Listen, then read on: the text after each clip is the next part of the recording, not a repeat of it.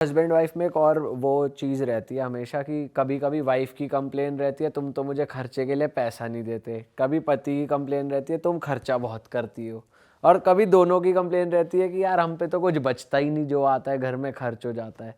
तो ये तीनों के लिए एक बढ़िया सी रेमेडी बताओ। मैं तीनों के लिए एक एक रेमेडी बता देती हूँ, पर आपकी शादी नहीं हुई, आपको ये सब कैसे पता? मैम ये सब वही सुनी सुनाई बातें हैं। मैम गर्लफ्रेंड भी तो करवा देती है खर्चा। चलो, पत्नी बहुत पैसे खर्च करती है, पति बहुत परेशान है, तो आपको फ्राइडे के दिन राधा गोविंद के मंदिर में जाकर रजनीगंधा के पुष्प 5 लेकर उसे रेड कलर के धागे या रिबन से बांधकर चढ़ा देने चाहिए। अच्छा, खर्चे रुक जाएंगे। अच्छा, ठीक है, आपका बेटर हाफ है ना, खर्चे रुक जाएंगे। अगर पति आपको खर्च करने के लिए पैसे नहीं देता, कंजूसी दिखाता है, आपकी छोटी छोटी ज़रूरतों को पूरा नहीं करता, आपको शुक्रवार के दिन संतरा और चेरी या लीची जो अवेलेबल हो मौसम के हिसाब से आपको जाकर मंदिर में चढ़ा देनी चाहिए। 7, 11, 21 शुक्रवार ये काम करिए, पति के स्वभाव में अंतर आएगा ही आएगा। ऐसा तो नहीं है पति बेचारा लूट पिट जाए और यहाँ आके कमेंट करे भाई साहब इतना खर्चा कर दिया, इतने ज्यादा संतरे चढ़ा दिए। पत्नी जितना खर्च करती है ना, पति के पास में धन के उतने स्रोत खुलते हैं। ये बात भी ठीक है। पर मैम फिर एक बार ये भी तो हो जाता है, एक सीड भी तो हो जाता है कि अब तो बस कर, अब कितने एलवी के बैग और ये वो सब कितना खर्चा कराएगी, तो परेशान हो जिसकी रही है। किस्मत से आ रहा है, जो आपके घर की ग्रह लक्ष्मी, आपको पता है मेरे नाना जी हर दिवाली पर लक्ष्मी माँ की पूजा बाद में करते थे, पट्टे पे बैठा के मेरी नानी की पूजा करते थे, उनको एक सोने का गहना हमेशा देते थे, कहते थे मेरी ग्रह लक्ष्मी मुझसे प्रसन्न नहीं हुई तो मैं उस लक्ष्मी को प्रसन्न करके क्या करूं। बीजियों की तो चांदी चांदी है इस मामले में फिर। अच्छा मैम, थर्ड जो थी कि अगर सेविंग नहीं हो पा रही है। हाँ, अगर आपकी सेविंग नहीं हो पा रही है और आपको बहुत प्रॉब्लम हो रही है, दोनों हस्बैंड वाइफ बहुत स्ट्रगल कर रहे हैं, कर्जे है या आमदनी उतनी नहीं है, बरकत नहीं है, है ना, तो आपको अपने घर के नॉर्थ पोर्शन के अंदर एक कांच के बाउल में लगभग 51 सिक्के रखने चाहिए। 51 सिक्के जो होंगे वो सेम होंगे, जैसे 2 के सिक्के हैं तो 51, 5 के हैं तो 51, 10 के हैं तो 51, ठीक है। और उसमें 2 पत्तियां आप केसर की रख देंगे, ठीक। और आपको किसी भी शुभ दिन से ये कार्य चालू करना है, जैसे कि अभी गुप्त नवरात्रियां आ रही हैं, होली आ रही है, शिवरात्रि आ रही है, कोई भी अच्छे दिन से इस कार्य को आप प्रारंभ करिए। नहा धोकर सफ़ेद रंग का कपड़ा पहनकर आपको उस बाउल के सामने जाकर खड़े होकर 108 टाइम्स बोलना है अक्षय पात्रम। तो इससे सेविंग्स होंगी घर में, बरकत के रास्ते खुल जाएंगे। आप जो भी कमा रहे हैं उसमें आपको बरकत के रास्ते खुल जाएंगे, आपके पास पैसा टिकने लगेगा, ठीक है। और ये लगातार आपको 45 डेज तक करना है। अगर लेडीज पीरियड्स में हो जाए तो वो 5 दिन छोड़ दीजिएगा, उसके बाद फिर कंटिन्यू कर लीजिएगा। और मैम फिजिकल उसके लिए कि फिजिकलिटी सही नहीं है, जो सेक्सुअलिटी है वो सही नहीं अगर वो सही नहीं है तो सबसे पहले तो देखिए इसके अंदर ये देखना पड़ेगा कि कुंडली के अंदर दोनों के ग्रह कैसे टकरा रहे हैं, ठीक है। इसके अंदर हमें टेक्निकली जानना पड़ेगा। अच्छा, हाँ, फिर भी अगर ये चीज़ अच्छी नहीं है या अच्छा नहीं हो पा रहा है, अभी 14 फरवरी को विदेश का वैलेंटाइन है लेकिन हमारे देश का वैलेंटाइन है, मतलब हमारा सनातनियों का बसंत पंचमी, हिंदी कैलेंडर के हिसाब से। हाँ, हमारा वैलेंटाइन है ना। उस दिन कामदेव और रति, ऐसा कहते हैं, पृथ्वी पर भ्रमण करते हैं। अच्छा, ठीक है, तो उस दिन आपको दोनों हस्बैंड वाइफ को एक साथ में मिलकर लाल रंग के वस्त्र पहनकर किसी भी ऐसे मंदिर में जहां जोड़े से भगवान हो, जैसे हनुमान जी के मंदिर में नहीं, भैरव बाबा के मंदिर में नहीं, या तो माता पार्वती और शिव जी के मंदिर में, या राधा कृष्ण के मंदिर में, या राम सीता के, या लक्ष्मी जी विष्णु जी के मंदिर में, ऐसे मंदिर में जाकर आपको अपने हाथ से पीले रंग के पुष्प और पीले रंग के वस्त्र चढ़ाकर आने।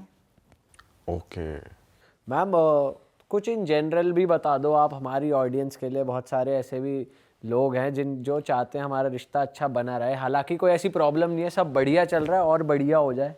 कुछ जनरल रेमेडी जो सब कर सकते हो। पति पत्नी के बीच में सबसे ज़्यादा जो दिक्कत मुझे समझ में आती है वो होती है इसलिए क्योंकि जब परिवार इन्वॉल्व हो जाता है, जब तक लवर्स होते हैं ना तब तक वो सिर्फ एक दूसरे के होते हैं, एक दूसरे के लिए होते हैं, और एक दूसरे को ही समर्पित होते हैं।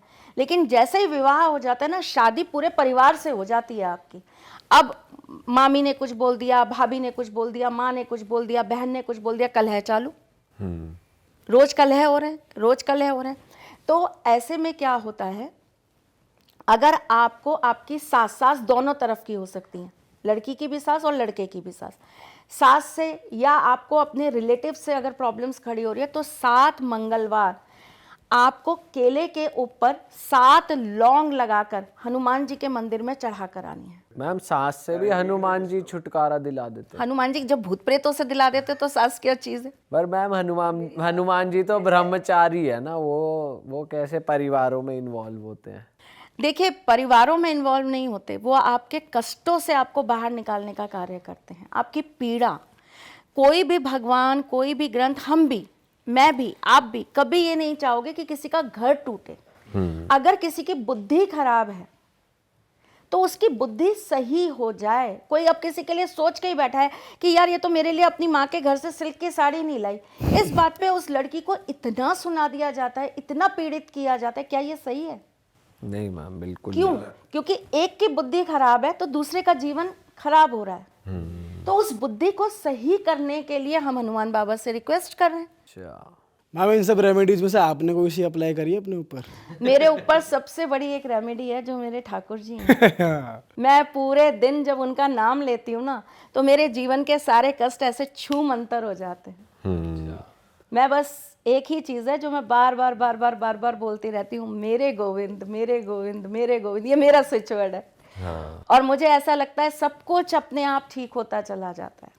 अच्छा मैम, एक और बहुत इंटरेस्टिंग बात थी जो हम फ़ोन पे भी डिस्कस कर रहे थे, कि आप बता रहे थे कि बहुत लोगों को ये मिसकंसेप्शन है कि शादी में 7 फेरे होते हैं। 7 फेरे नहीं फेरे होते। 4 होते हैं।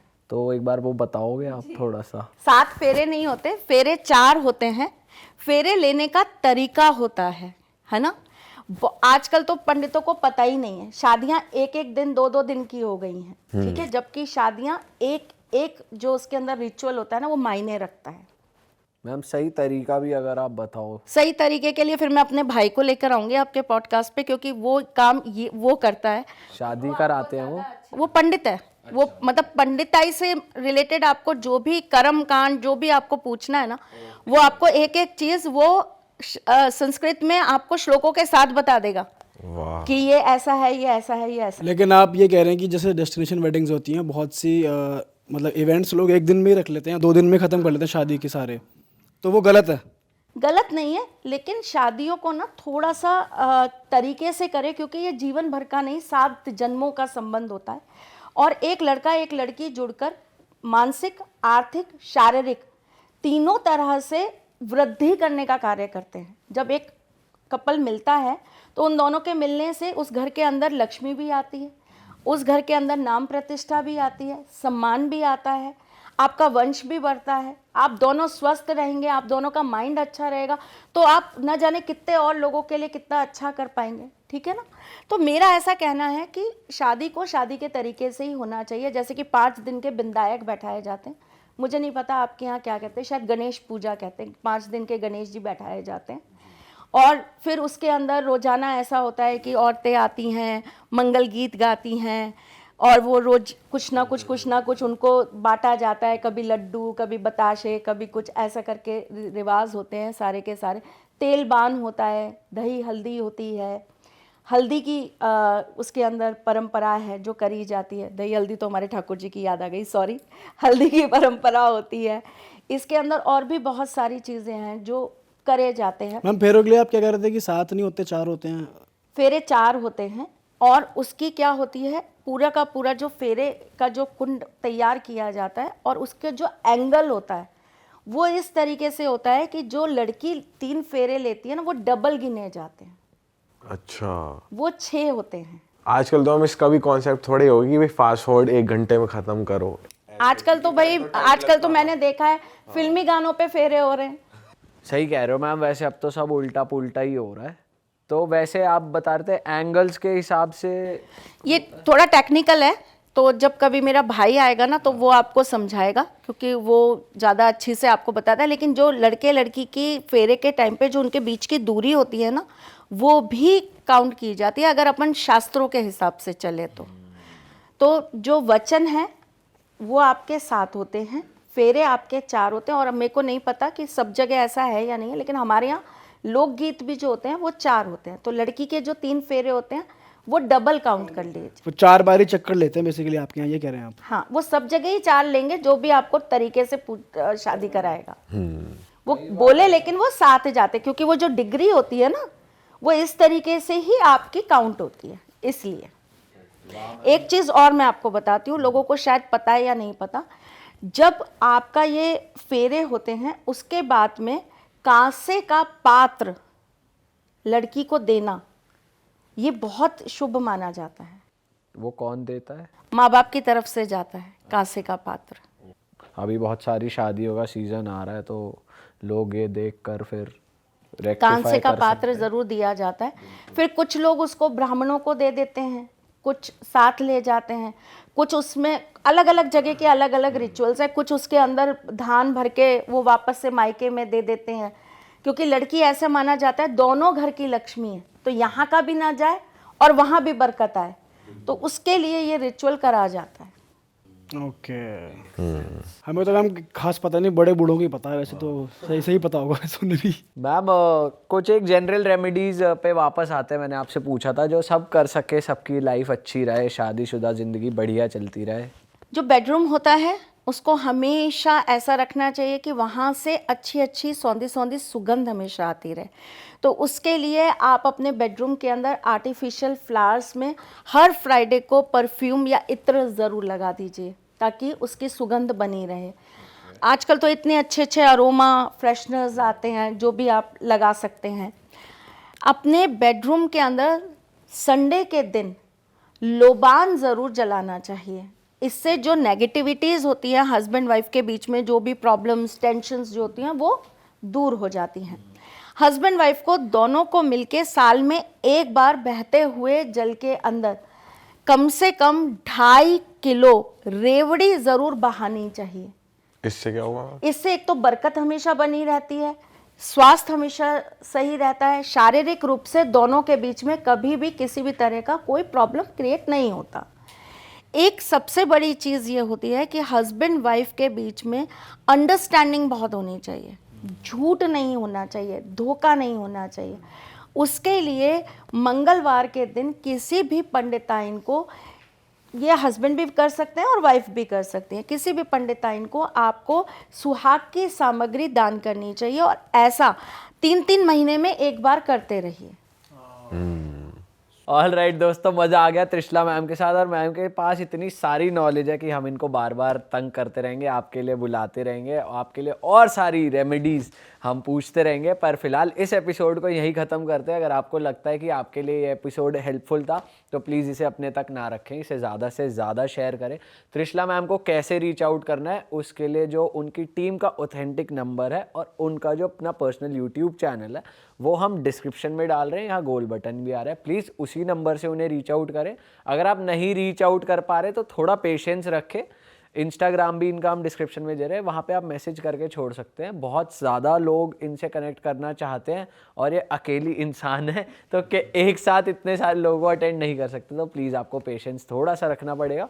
उसके अलावा हमारी मर्चेंडाइज के नए डिज़ाइंस आ गए हैं भाई, हमारी मर्चेंडाइज की स्टोर आप चेकआउट कर सकते हैं realitstore.com, उसका लिंक भी डिस्क्रिप्शन में। ये देखिए ओम एवोल्यूशन, और इसका बैक प्रिंट बहुत तगड़ा है, वो आपको दिख रहा होगा यहाँ पे आ साइड रहा में। होगा, please go and check it out. और हमको भी सब्सक्राइब कर दें और मिलते हैं नए पॉडकास्ट में। Till then like comment share. Okay जी, मिलते हैं जी। जय श्री कृष्णा। जय जय श्री कृष्ण, राधे राधे।